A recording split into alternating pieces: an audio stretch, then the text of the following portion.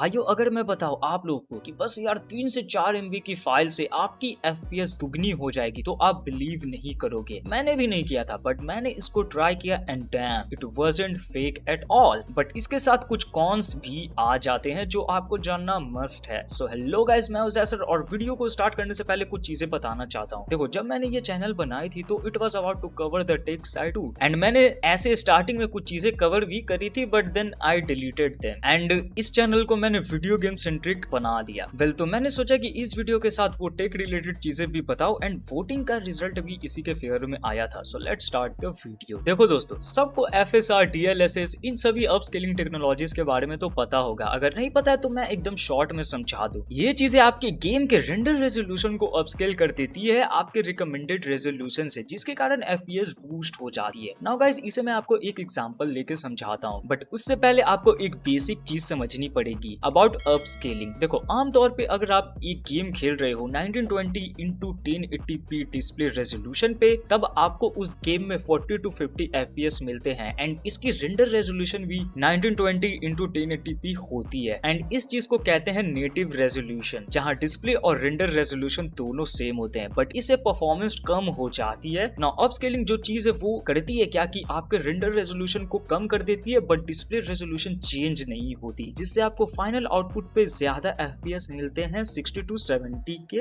Around. अब दिक्कत क्या होती है कि इसमें क्वालिटी की कमी हो जाती है। अब यहीं पे काम आती है DLSS FSR, जो आपके फाइनल आउटपुट के क्वालिटी को close to the native quality करता है by creating fake pixels with the help of AI and इससे परफॉर्मेंस नॉर्मल अपस्केल के कंपैरिजन में ज्यादा बढ़ जाती है। लाइक अब आपको मिलेंगे सेम गेम को सेम डिस्प्ले रेजोल्यूशन पे चलाते हुए एट 90 to 100 FPS। अब जैसे जैसे टाइम बढ़ा इसकी न्यू अपडेट्स आती रही, FSR 2, DLSS 2 एंड पिछले साल आई FSR 3 एंड DLSS 3। अब यहाँ इन्होंने एक चीज ऐड कर दिया, फ्रेम जनरेशन। अब भाई ये बहुत ज्यादा टेक्निकल चीज है जिसे मैं आपको शॉर्ट में बताऊंगा। देखो, वीडियो गेम्स में होती है फ्रेम्स। जो भी हम लोग एक्चुअल में गेम में खेलते हैं वो एक्चुअल में कुछ नहीं होता, बस एक फाइनल रेंडर्ड सिंगल इमेज होती है। अब उसी को इतनी जल्दी जल्दी दिखाई जाती है कि हमें लगता है कि हम वो गेम खेल रहे हैं बट ऐसा नहीं है। जैसे अगर कोई गेम खेल रहे हो 60 FPS पे, देन एक्चुअल में वो आपको पर सेकंड 60 इमेजेस पॉप आउट कर रही है फुल रेंडर्ड। अब फ्रेम जनरेशन करती है क्या कि वो दो फ्रेम्स के बीच में हेल्प ऑफ AI वो अपने से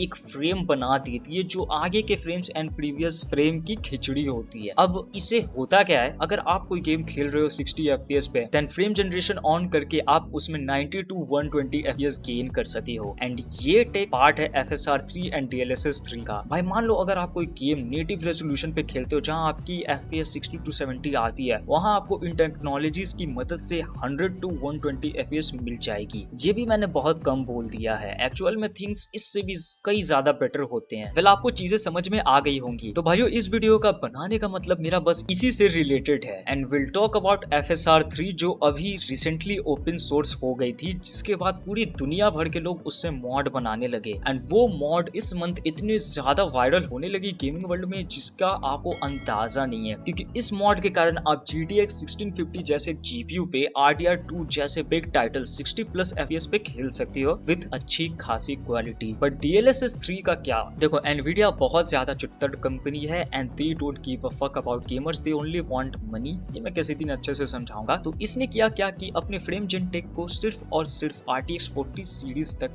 रखा है। बट अब सीन पूरा ही चेंज हो गया FSR के मॉड्स के कारण। उन्होंने वो चीजें कर दिखाई है जो ग्राउंड ब्रेकिंग थिंग्स है for the old gen PC gamers. अब जाके मैं आपको उस मॉड के बारे में बताता हूँ बट उससे पहले एक चीज क्लियर करना बहुत ज्यादा जरूरी है, क्योंकि कुछ गधे के बच्चे मेरे को बोल रहे हैं मैंने ओवरऑल मॉडिंग को गलत बोला है। तो उनके लिए एक छोटा सा रिप्लाई, भाइयों हरकतों से तुम मोहल्ले वाली आंटीज लगती हो जो आधी बातें सुन के हल्ला करने लग जाती है मोहल्ले में, क्योंकि उनपे आधा दिमाग होता है एंड लगता है कि ये भाई लोग भी शायद आधे दिमाग के साथ पैदा हुए होंगे तभी आधी चीजें इनको देखना पसंद है। क्योंकि मैंने वीडियो में साफ साफ कहा था, commercialization is wrong and not giving proper credits to their respected owners is wrong. But I know वो ये भी आधे ही देखेंगे, क्योंकि जब पैदा हो रहे होंगे तभी आधे पे ही अटक गए होंगे। वेल, तो देखो, बहुत से मॉड्स इस FSR 3 को लेके बने हैं बट सबसे अच्छा है ल्यूक FS मॉड। आंटीज ऐसा बोला जाता है, क्रेडिट दिया जाता है और डिस्क्रिप्शन में इसका लिंक दे दूंगा इसके पेट्रियन का, जहां से आप इसको डाउनलोड कर सकते हो। हो, समझे आंटीज। एंड आप जिनकी चाटते हो वो ऐसे क्रेडिट नहीं देते हैं। वेल आंटीज की टॉपिक को यहीं खत्म करते हैं क्योंकि उनका धंधा मेरे नाम के कारण चल रहा है। और मजे की बात है कुछ आंटीज तो भीख मांगने आए थे मेरे से। Let's come to the topic. ये FSR 3 मॉड मैंने यूज किया अपने RTX 2060 के साथ लास्ट ऑफ अस गेम में। एंड भाई साहब जो परफॉर्मेंस देखने को मिली बहुत ही ज्यादा अमेजिंग थी। And I have to say this thing, this is one of the best thing ever happened to the gaming world.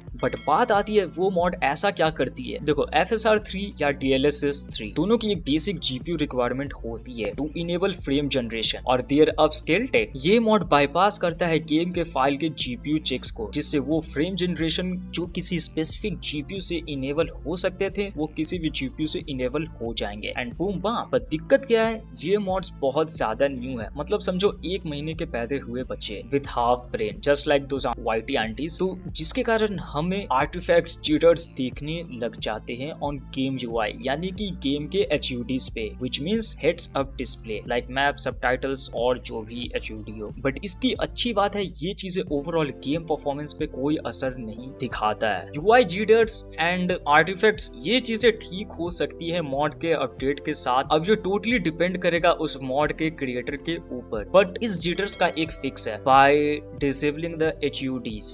अब देखो ये प्रॉब्लम हर गेम और हर GPU में नहीं हो रही है, बट मोस्ट केसेस में यस, क्योंकि मेरे साथ ये फीचर 3 में नहीं हुआ but last of us game में हुआ। सो गाइस अब एक फाइनल चीज बता दूं, आपका इनपुट लैग थोड़ा सा बढ़ जाता है जिससे शूटिंग गेम्स में आपको लेटेंसी देखने को मिलती है, बट वो बहुत ज्यादा कम है। लेकिन उससे आपकी एम बिगड़ जाती है थोड़ी बहुत। तो प्रेफर करूंगा आप लोग कंट्रोलर पे इस गेम को खेलो। अब देखो भाई मैं अपने एक्सपीरियंस की बात करूँ तो मैंने 3 आवर्स लास्ट ऑफ अस खेला एंड कहीं कहीं पे थोड़ा ज्यादा फ्रेम ड्रॉप देखने को मिला, तो मुझे फिर से सेटिंग्स को चेंज करनी पड़ी जो 3 से 4 सेकंड्स ले लेती है। एंड ऐसा मेरे को 2-3 बार करना पड़ गया था 3 आवर्स के प्ले टाइम में। एंड जिटर्स और हाई लेटेंसी दोनों के इश्यूज पूरे टाइम फेस करना पड़ा मेरे को। बट HUD वाले तो इग्नोर हो जाते हैं, बट शूटिंग करते टाइम वो चुभेगा थोड़ा अगर माउस से खेलोगे तब ही, वरना नो इश्यूज। ओवरऑल यही कहूंगा ये मॉड अभी धीरे धीरे और अपडेट होते रहेगा तो बहुत से प्रॉब्लम्स ठीक हो जाएंगे। एंड प्लीज इस मॉड को किसी मल्टीप्लेयर गेम पे ट्राई मत करना वरना बैन भी हो जा सकते हो। देयर इज हाई चांसेस कि क्रैशेस हो अगर वो एपिक गेम से लिया हुआ गेम है तब। इन सब चीजों के ट्यूटोरियल आपको यूट्यूब पे इजीली मिल जाएंगे A to Z। बस 10 से 15 मिनट आपको उन वीडियोस को देखना है and you are ready to go. Still कुछ मदद या फाइल्स चाहिए होंगी देन डिस्कॉर्ड पे आप लोग ज्वाइन करके मुझसे पूछ सकते हो। तो मेरे